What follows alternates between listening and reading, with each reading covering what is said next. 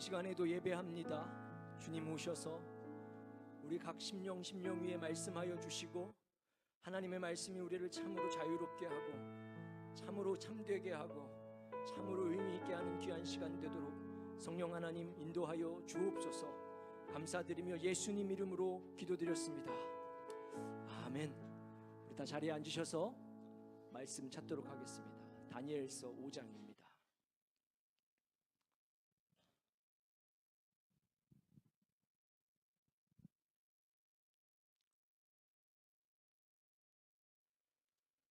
다니엘서 5장 25절에서 31절 마지막 부분만 같이 보시겠습니다.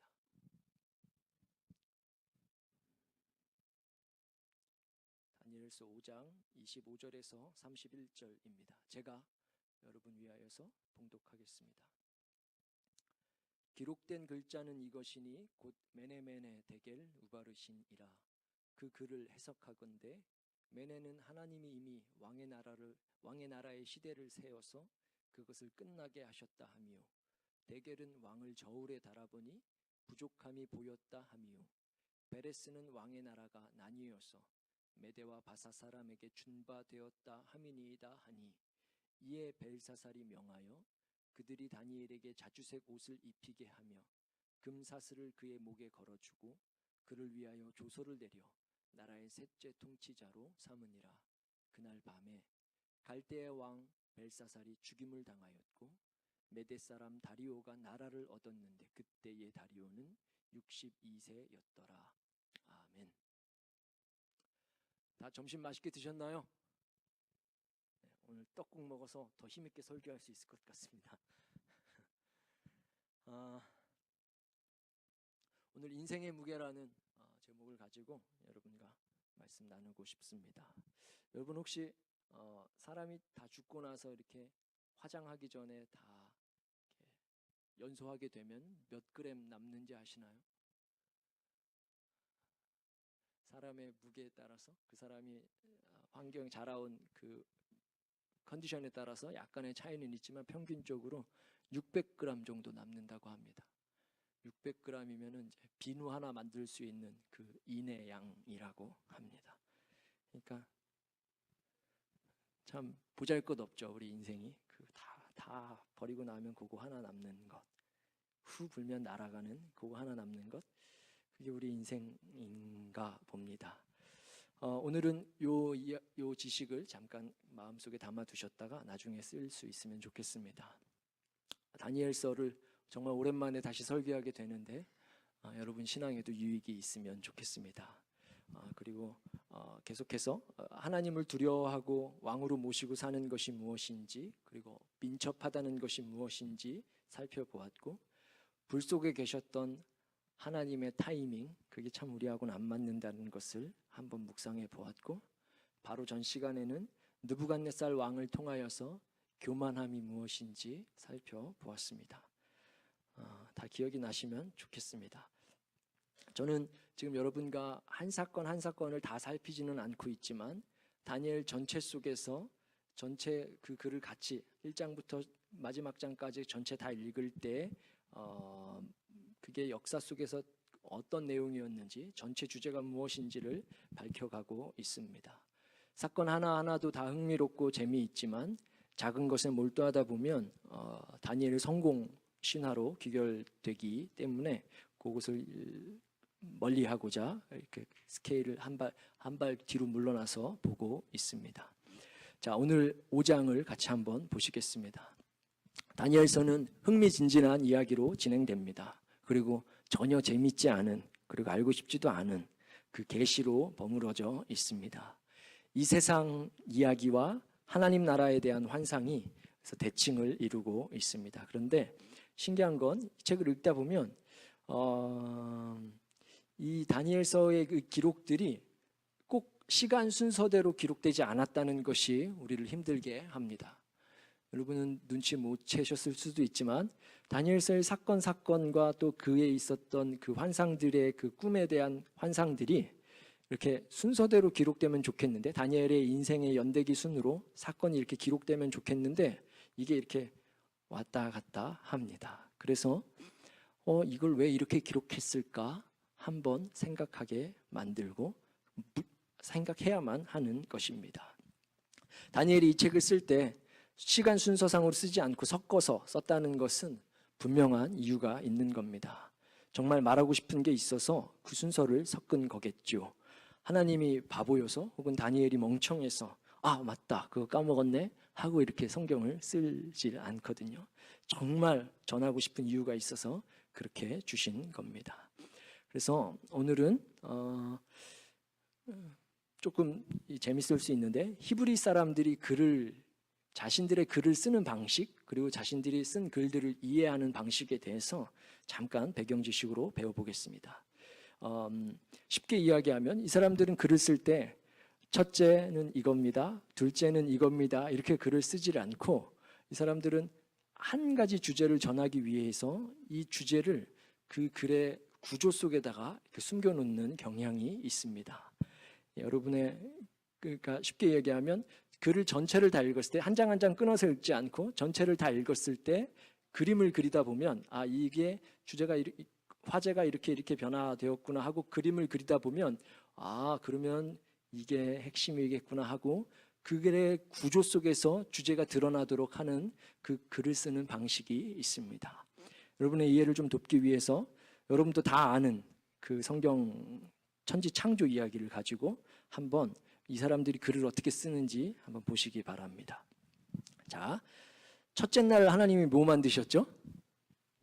빛과 어둠을 지으셨습니다. 둘째 날은 뭐 만드셨냐 하면 궁창 위의 물과 궁창 아래의 물 그리고 하늘을 지으셨습니다. 그러니까 첫째 날과 둘째 날은 뭐 매칭되는 게 없죠. 연결되는 게 없죠. 그러니까 첫째 날은 이렇게 되고 둘째 날은 그럼 이쪽에다 쓰면 되겠구나 하고 됩니다. 그럼 셋째 날은 땅과 바다를 만드시고 풀과 채소를 그리고 열매나무를 만드셨습니다. 그럼 역시 셋째 날도 새로운 토픽입니다. 그러면 첫째 날, 둘째 날, 셋째 날 이렇게 줄을 바꿔서 쓸 수 있습니다. 넷째 날을 보시면 큰 광명체, 작은 광명체, 낮과 밤, 빛과 어두움을 주관하게 하셨습니다. 그러면 넷째 날을 쓸 때 여기다가 놓을 수가 없고 첫째 날이랑 걸리네 하고 이쪽에다가 놓을 수 있는 겁니다. 1, 2, 3, 4, 5, 6이 되면 완벽하겠죠. 다섯째 날 보시면 실제로 새, 바다, 짐승을 만드셨습니다. 둘째 날과 정확하게 매칭이 되죠. 여섯째 날은 가축과 기는 것, 짐승들 그리고 사람을 만드셨습니다. 셋째 날과 딱 매칭이 되죠. 그래서 1, 2, 3, 4, 5, 6. 우와, 조화를 이루었구나 하고 그 글을 이해할 수 있는 겁니다. 하나님께서 지은 천지창조가 조화와 균형 속에서 어디 하나 불안한 구석이 없이 딱 매칭되게끔 만드셨구나 하고 이해할 수 있게끔 글이 쓰여졌다 이 말입니다. 보시기에 좋았다는 말이 이렇게 받아들여지는 겁니다. 그런데 문제는 이제 일곱째 날 안식에 있습니다. 일곱째 날 안식인데 이걸 어디다 둘 자리가 없는 겁니다. 이 사람들 구조 속에서 1, 2, 3, 4, 5, 6. 그래서 7이라는 그 숫자가 이 전체가 되는 겁니다. 그러니까 안식일이라는 말 자체가 이 6일을 다 포함한 개념이 되는 겁니다. 그래서 이 전체의 균형과 조화가 곧 안식이구나 하고 이해할 수 있게 되는 겁니다. 그러니까 안식이라는 그 말 자체가 하나님이 주신 그 자리에 조화롭게 각각 자리를 잡고 있을 때가 그게 안식이구나 하고 이해할 수 있게 되고, 안식이라는 말과 샬롬이라는 말이 같은 어근입니다. 사람이 샬롬을 누린다는 것, 평화를 누린다는 것, 그거 안식을 누린다는 것이, 그러니까 하나님이 만든 그 자리에 다 자기 자리에 있을 때가 그게 완전한 거구나 하고 받아들이게 되는 겁니다. 근데 그 완전한 창조 질서 속에서 사람을 끌어내오셨구나. 사람이 그만큼 특별한 존재구나 하고 이해할 수 있게 되는 것이고, 사람이 그렇게 특별함에도 불구하고 사람의 원래 자리는 여기였구나. 결코 이 자리를 뛰어넘을 수가 없는 거구나 하고 글의 구조 속에서 받아들이게 되고 자연스럽게 그 주제를 받아들이게 되는 것입니다. 첫째, 둘째, 셋째 그 글을 쓸 때 첫째 이렇게, 둘째 이렇게 쓰는 건 다 서양 방식인 겁니다. 서양 교육 방식인 거고 히브리 교육 받은 사람이면 글을 이렇게 이해하는 겁니다. 근데 다니엘서도 이와 똑같습니다. 이 글을 전체를 읽으면 선명하게 드러나는 구조가 있는데 시간의 순서를 뒤엎은 이유가 여기 이제 나오는 것이죠. 그게 바로 앞과 뒤를 이렇게 매칭시키는 구조입니다. 다니엘서는 아까는 1, 2, 3, 4, 5, 6 이렇게 갔죠. 다니엘서는 1 끝, 2 그다음 3 이렇게 삼각 이렇게 됩니다. 그러면 여기가 그래 구조 속에서 얘네가 이 가운데 있는 것이 핵심이겠구나. 다 감싸고 이렇게 있어서 이게 진짜 안고겠구나 하고 받아들일 수 있게 됩니다. 특별히 아람어로 쓰여진 부분 2장에서 7장을 보면 이 구조가 아주 명확하게 나옵니다. 2장은 내 왕국 신상의 꿈에 관한 이야기이고 7장이 내 짐승 환상에 관한 이야기입니다. 그러니까 이렇게 앞뒤가 똑같죠. 그 다음 3장이 풀문불 속에서 친구들을 구출한 거고 6장이 사자굴 속에서 구출받은 사건입니다. 또 그 가운데가 똑같죠. 그러면 4장 5장 그 가운데가 느부갓네살 왕의 꿈의 해석과 심판이었고 그 다음 5장이 오늘 우리가 읽은 게 벨사살 왕의 꿈과 해석입니다. 그리고 심판입니다. 그러니까 우리 지난 시간에 살폈듯이 느부갓네살 왕은 결국 겸손해졌거든요. 근데 벨사살 왕은 교만함이 그대로 있는 겁니다. 그래서 이 글의 전체가 구조가 다니엘서가 겸손함과 교만함의 대립으로 이루어져 있는 것입니다. 그래서 다니엘서의 동일 단일어구로 가장 많이 등장하는 단어가 지극히 높으신 하나님이라는 어휘입니다. 이게 그러니까 지극히 높으신 왕과 스스로 왕이 되었다고, 지극히 높으신 하나님과 스스로 왕이 되었다고 생각하는 세상 권력자들의 이 대립 구조가 다니엘서 전체를 볼 때 구조 속에서 드러나는 주제인 것입니다. 재밌는 것은 그 5장 안에도 이 구조가 그대로 쓰여져 있습니다. 5장 내부에서도 이 구조를 그대로 차용하면서 이를 확증하고 있습니다. 그러면 5장 내용을 한번 간략하게 보시겠습니다. 1절부터 이렇게 쭉 보시게 되면 사실 5장은 성경학자들에게 아주 어려운 장 중에 하나였었습니다. 왜냐하면 이게 고증학적 역사적으로 증명된 거냐, 실제로 벨사살 왕이 역사 문헌에는 드러나 있질 않아 있어서 이게 다니엘서가 신하다 하고 아주 발목 잡히기에 딱 좋은 챕터가 이 5장이었었습니다. 그런데 이건 다 해결되었습니다. 그러니까 최근에 들어서 다 해결되었으니까 혹시나 뭐 그런 생각 가지지 않겠지만 누가 그 뻥이라고 그러면 저한테 오시면 됩니다. 자, 그건 생략하고 지금 바벨론의 벨사살 왕 시대의 이야기입니다. 다만 이전에 이미 다니엘이 꿈을 해석해 주었고 새 친구가 풀무불 속에서 한번 들어갔다 왔습니다. 그래서 바벨론의 왕이 이미 하나님을 찬양하고 인정했습니다. 지금은 그 바벨론 왕이었던 그 왕의 아들 이야기, 벨사살의 이야기입니다. 하루는 벨사살이 자신의 왕권과 권력을 자랑하고자 대규모의 잔치를 벌이게 됩니다. 전 세계에서 바벨론을 부러워하고 동경했던 많은 왕들과 귀족이 한데 모인 것이고 성경에서는 이례적으로 그 숫자를 말하는데 1000명이 모였다고 합니다. 같이 술을 마셨습니다. 이때 술을 마실 때 이스라엘 성전 안에서 가지고 나왔던 그 그릇들로 술을 먹었습니다. 그 그릇들, 그 기명들이 종교적으로 아무리 멋지게 쓰였었다 한들 지금은 자기 나라의 한낱 노예에 불과한 그 민족이 섬기던 신이 얼마나 하찮게 보였겠습니까? 술그릇으로 쓰고 있으니까요. 그 그릇으로 술을 마시면서 자기들의 지혜와 교양을 자랑하고자 4절에 기록된 대로 이 물질을 만든 신을 찬양했습니다. 금을 만든 신이 대단하다. 야, 은을 만든 신은 또 대단하구나. 구리, 나무, 돌, 이들의 질감을 각기 다르게 만든 각각의 신이 참 지혜롭구나. 우리 인간은 이와 같지 못하구나 하면서 교양 있고 지식 있는 척했고 신을 높이는 듯 했지만 진짜 높이는 거면 그걸로 술을 마실 수가 없죠. 사실은 자고하여서 그 신들의 창조물을 자신들의 쾌락을 위해 사용하고 있는 자기들이 더 대단했던 것입니다. 그렇게 연회장의 분위기는 높아질 대로 높아졌고 무르익어 가고 있었습니다. 그런데 그때 갑자기 한 사람의 손이 나타난 겁니다. 어떤 괴물의 손, 무서운 손이 아니고 그저 평범한 사람의 손이 나타나서 벽에 글씨를 썼고, 이를 본 벨사살 왕이 그 두려움 때문에 그 연회장의 분위기가 한순간 갑자기 어수선해졌습니다. 모든 즐거움은 끝이 났고 두려움이 엄습해 왔습니다. 도대체 이 글씨가, 저 사람 손이 도대체 뭐냐? 이게 무슨 뜻이냐? 무슨 손이냐? 이런 건 본 적이 없다 하면서 바벨론, 우리 세계 최강대국의 모든 술객들과 박사를 다 불러 모아라. 그리고 이 일을 해석해라. 누구든지 해석하면 바벨론에서 셋째 치리자의 자리와 금을 주겠다 했지만, 이 셋째가 자기 아버지가 왕이었기 때문에 지금 셋째라고 말하는 겁니다. 그 누구도 이를 해석하지 못했고 벨사살 왕은 점점 얼굴이 창백해졌습니다.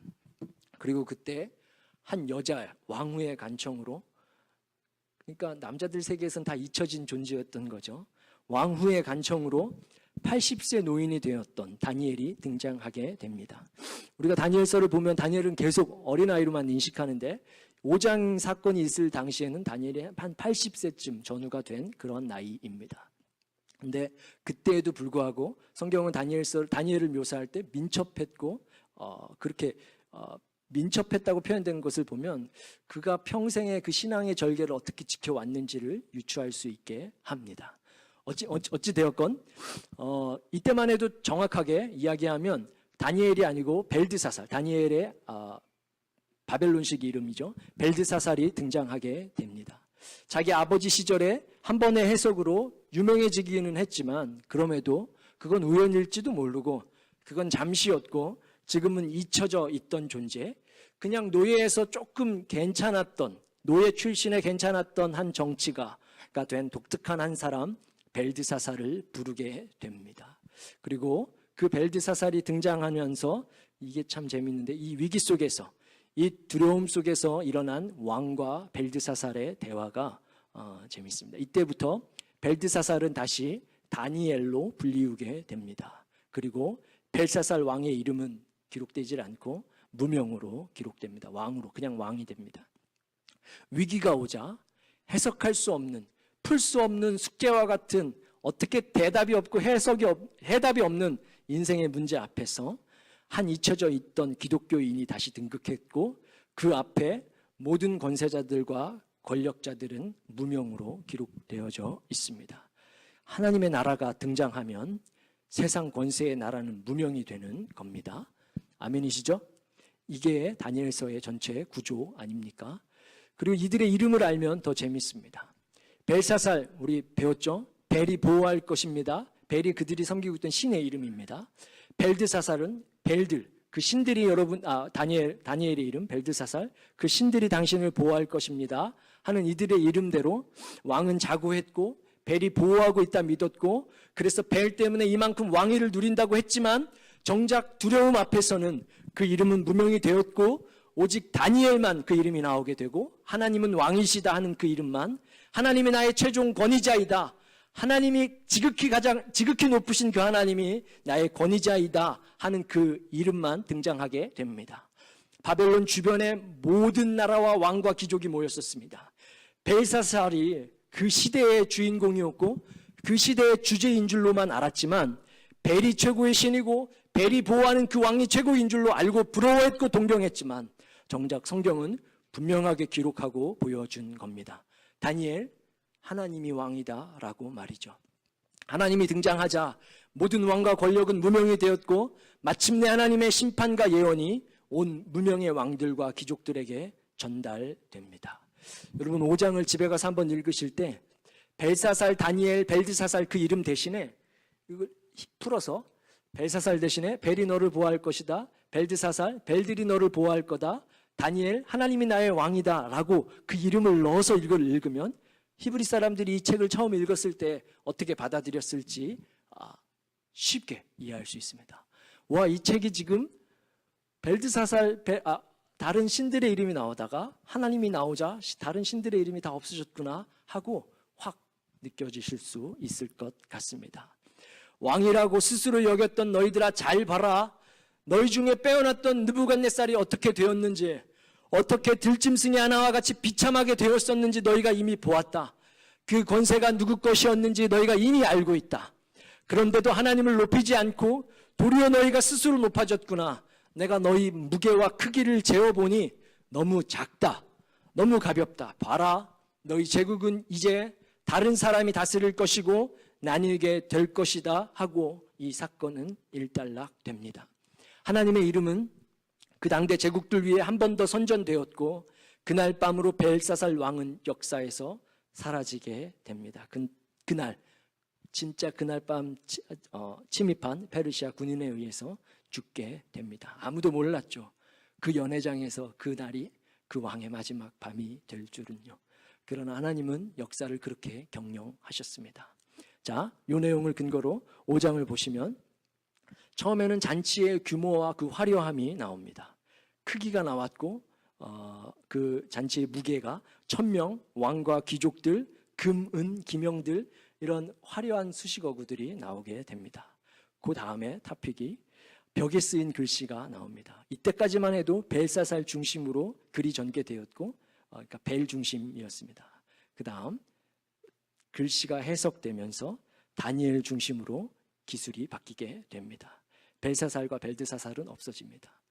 이 구조 속에서 마지막으로는 제국의 왕과 가벼움이 나오게 됩니다. 크기와 무게가 나왔다 이 말입니다. 메네메네 그 히브루가 모음을 뗀 건데 그냥 히브루 자음만 쭉 펴게 된 건데 그게 개수되었다. 그러니까 무게를 재어보았다. 숫자를 세어보았다. 그래서 나뉘게 되었다라는 의미를 가지고 있습니다. 근데 그 메네라는 그 히브루 단어가 우리는 이제 자음 모음을 띄고 이걸 해석하다 보니까 무게를 재다 하는 그 동사로만 인식하지만 아마도 확신하건대 히브리 사람들은 110이라는 숫자로 들렸을 겁니다. 110g이 메네입니다. 그러니까 우리가 볼 때는 재었다, 무게를 재었다, 숫자를 세었다, 그리고 나뉘었다 이지만 해석하면 히브리 사람들이 읽을 때는 110g 개수되었다, 그리고 나뉘었다 라고 들렸을 겁니다. 재밌죠? 1000명이 모였고 금은 기명을 다 사용했는데 세상의 화려한 권력자들이 다 모였는데 하나님이 죄 보니까 그게 110g이라는 겁니다. 여러분 이 대립 구조가 보이시죠? 이것이 세상 속에서 사는 우리의 대립이고 우리의 입장인 겁니다. 우리가 어떤 것을 부러워하면서 사는가? 어떤 것이 더 우리의 마음속에서 무게를 잡고 있는가? 어떤 것이 참으로 우리를 무겁게 한다고 여기면서 살고 있는 겁니까? 바벨론에 살면서 벨사살, 벨드사살 하면서 돈과 권력, 힘과 외모가 이것들이 우리를 보호할 거라고 적어도 사람답게 살려면 그것들이 필요하다고 그러한 조건들을 위하여서 더 많은 것들을 기껏 해봐야 110g밖에 되지 않는 성경의 표현대로 그 가벼운 것들을 위하여서 우리가 살고 있고 기도하고 있고 신앙생활을 가지고 있는지 그걸 한번 점검해 보시면 좋겠습니다. 여러분 이 둘 가운데에서 선택해야 하는 겁니다. 하나님 나라 속에서 사는 건지 아니면 내가 바벨론에서 바벨론의 것들 벨들이 주는 것들을 추구하면서 사는 것인지 정말로 정직하게 점검해야 하는 겁니다. 둘 다는 없습니다. 그런 건 성경 어디를 펴보아도 성경 누구를 살펴보고 연구해 보아도 심지어는 세상에서 가장 성공했다 여겨지는 요셉을 보아도 다니엘을 보아도 다윗을 보아도 이 둘을 다 추구하면서 신앙생활을 했던 인물은 없습니다. 저는 우리가 기도하면서 우리 인생의 무게중심을 잘 잡고 벨사살이라고 벨이 나를 보호할 것이라고 말하는 이 자본주의 속에서 이 바벨론 속에서 당당하게 살면 좋겠습니다. 아멘이시죠? 네. 다니엘로 살면 여러분 그 모습이 어떠합니까? 이게 세상 속에서 사는 크리스천의 모습인 겁니다. 하나님께 민첩하고 주파수를 잘 맞추고 살면 그래서 그분이 나의 왕이라고 그분이 말씀하시는 것이 내게는 실제라고 말하면서 사는 사람이 세상 속에서 어떻게 사는 건지 여러분 보이십니까?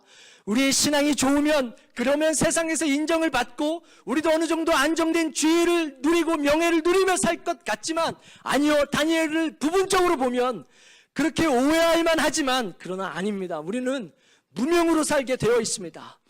오늘의 다니엘이 그러했습니다. 우리가 다니엘 중심으로 이 글을 자꾸 읽어봐서 그렇지 바벨론 사람이 와서 이 글을 읽으면 이건 말도 안 되는 글인 겁니다. 사실 바벨론에서는 잊혀진 존재였습니다. 그 당시 남자들, 정치인들, 왕들, 귀족들에게는 아무도 기억되지 않는 그런 무명의 이름이었습니다. 한낱 여자에게서 거론되었던 그냥 히브리 사람이었던 겁니다. 신앙이 그렇게 좋았는데, 그렇게 절개를 지켰고 참 기상이 있어서 지조를 지켜서 참으로 본받을 만했고 사자굴 속에서도 들어갔다 나왔고 꿈도 해석해 주었고 참으로 멋지고 총명했고 슬기로웠음에도 불구하고 세상이 볼 때는 그냥 잊혀졌던 존재였던 겁니다. 바벨론에 있던 유대인의 심정이 어땠을까요? 바벨론에서 그 당시에 종으로 살고 있던 그 수많았던 유대인들의 그 심정이 어땠을까요? 그들 가운데 진짜로 신앙이 있었던 사람들은 다니엘을 보면서 하나님이 우리의 왕이라고, 하나님이 우리의 왕이 되시면 저렇게 되는 거냐고 그렇게 하면서 소망을 품고 살았겠지만, 하나님이 인도하신다고 해서, 하나님이 왕 되신다고 해서 크게 달라진 것은 없는, 고난이 찾아왔고 환난이 찾아와서 하나님을 잘 섬겨서 지조를 지켜서 하나님께서 구출을 해주셨지만 그럼에도 불구하고 여전히 종노릇하고 있는, 신앙이 무슨 의미가 있을까? 진짜 신앙이 어떤 의미가 있을까? 하고 생각하게 만들어버리는 시대상이었습니다. 세상은 안 변합니다, 여러분. 우리가 세상에서 아무리 신앙이 좋고 그렇다고 해서 세상이 여러분들을 이렇게 존중해 주지 않습니다. 세상에선 힘 없고 돈 없으면, 못 배우면 무시당하게 되어 있습니다. 지위로 평가받고 연봉으로 평가받고 학력으로 평가받고, 너무 많이 말해서 여러분 이제 다 아시죠? 그런 것으로 평가받게 되어 있습니다. 그게 벨사살이 주는 복이고, 바벨론에서는 그렇게 해야 잘 사는 것입니다. 그렇지 않으면, 그게 아니면 우리의 신앙이 아무리 좋다고 해서 인정받는 것 아닙니다. 풀무불 속에서 머리털 하나 그을리지 않고 나오는 기적을 보여줘도, 아무도 알지 못하는 꿈을 해석해 주어도 그때뿐이지, 세상은 여전히 바벨론의 법대로 우리를 평가할 것입니다. 그래서 우리는 좌절하게 되고 실망하게 되고 허무함을 경험할 것입니다. 그러나 괜찮습니다. 일이 있어야 우리가 참으로 하나님 나라를 소망하게 되는 줄로 믿습니다. 하나님이 진짜 왕이 되시는 그 나라를 정말로 사모하고 기다리고, 그래서 이 세상 속에서 살지만 하나님 나라 속을 사모하면서 사는 진짜 그 나라 백성이 되는 것입니다. 그리고 이것이 다니엘서가 말하는 종국의 변화이고, 다니엘서가 구조적으로 보여주는 진짜 주제인 것입니다. 다니엘서가 계속해서 말합니다. 사람이 올 것이라고, 인자가 오실 것이라고, 사람의 손글씨에서 나타냈던 그 손글씨 쓰셨던 그분이 진짜로 나타나실 것이라고, 그리스도가 오실 것이라고, 그때 비로소야 완전한 변화가 나타날 것이라고 말하는 것입니다. 그러므로 다니엘서가 우리에게 전달하는 바, 진짜는 견뎌내야 하는 겁니다. 여러분, 참아내야 하는 것입니다. 다니엘이 등장하면 벨사살과 벨드사살은 다 없어지는 겁니다. 그런 건 왕이 아니고 영원하지 못합니다. 진짜 왕, 우리 하나님이 등장하시면 돈은 힘이 없어지고 외모, 학력, 연봉 이런 건 다 힘이 없어지는 겁니다. 그런 건 하나님이 보시기에 너무너무 가벼운 것들인 겁니다. 벨이 우리를 보호해 주지 못합니다. 벨들이 우리를 보호하는 것 아닙니다. 바벨론에서는, 이 세상 속에서는 돈과 권력이 우리를 좌지우지하는 것 같지만, 하나님만 등장하시면, 우리 마음속에서 정말로 하나님만 살려내면, 그래서 그 하나님이 우리가 갇힌 이 세상 속에서 뚜벅뚜벅 걷고 계신다 인정하고 살면 그 모든 것들이 다 가볍게 보이게 되는 것입니다. 여러분, 우리 새해에는 가볍게 살지 맙시다. 우리 인생의 진짜 무게는 하나님이 계셔야 무거워지는 줄로 믿습니다. 여러분, 우리 600g이 110g 되는 그 금과 은과 그 기명들에게 기대면 무너지는 겁니다. 우리 인생이 그 벨들이 주는 그 참을 수 없는 그 가벼운 것들을 의지하면서 살면 무너지는 겁니다. 아멘이시죠? 진짜 환난이 닥쳐오면, 진짜 고난이 찾아오면 그것들이 도움이 됩니까? 그것들이 우리가 의지할 만하고 그게 진짜 정보였고 그게 진짜 도움이 됩니까? 그거 아닌 것 우리가 다 알지 않습니까? 그러므로 새해에는 정말로 하나님께 무게중심을 딱 잡고 거기에 기대어서 사는 우리들 되면 좋겠습니다. 아멘이시죠? 다른 것 기대지 맙시다. 다른 것 의지하면 그거 다 가벼운 것들입니다. 하나님, 오직 하나님, 우리 인생에 생기와 의미를 부여할 수 있는 분, 우리 인생에 참된 무게를 주실 수 있는 분, 그래서 표류하지 않고 좌우되지 아니하고 흔들리지 않고 뚜벅뚜벅 우리의 길을 갈 수 있게 하는 분은 하나님 한 분인 줄로 믿습니다. 그것 의지하고 그분 의지하고 우리의 종됨을 자처하면서 하나님이 좋아하시는 것 따라서 내가 그거 의지할 수 있는데, 내가 그 정보 따라갈 수 있는데, 내가 그 돈 한 번 더 벌 수 있는데, 그거 추구하지 않고 우리 주인님 좋아하시는 것 자원하면서 따라가면서 나의 참됨을 발견하고, 아니야, 나는 그것보다 그거 기댈 땐 무너지지만 하나님이 지으신 대로 그거 따라가려고 하면 나를 발견할 수 있는 거야. 내가 언제 웃을 수 있는지, 내가 언제 참될 수 있는지 발견할 수 있는 거야. 나는 종이니까, 나는 그리스도의 아들이니까 사람처럼 사는 거야 하면서 뚜벅뚜벅 우리의 경주를 하는 2018년 되기를 축복합니다. 우리는 낮아지면 됩니다. 지극히 높으신 하나님 한 분 높이시면서 우리의 낮아짐 속에서 우리의 중심이 하나님으로 가득 차서 제일 무거운, 우리 인생에 이때보다 무거운 적이 없다고, 우리 인생에 이때보다 중심이 잡힌 적이 없었다고 그렇게 말하는 저와 여러분 되기를, 그러한 한 해 되기를 기도합니다. 우리 같이 기도하시겠습니다. 하나님 감사합니다.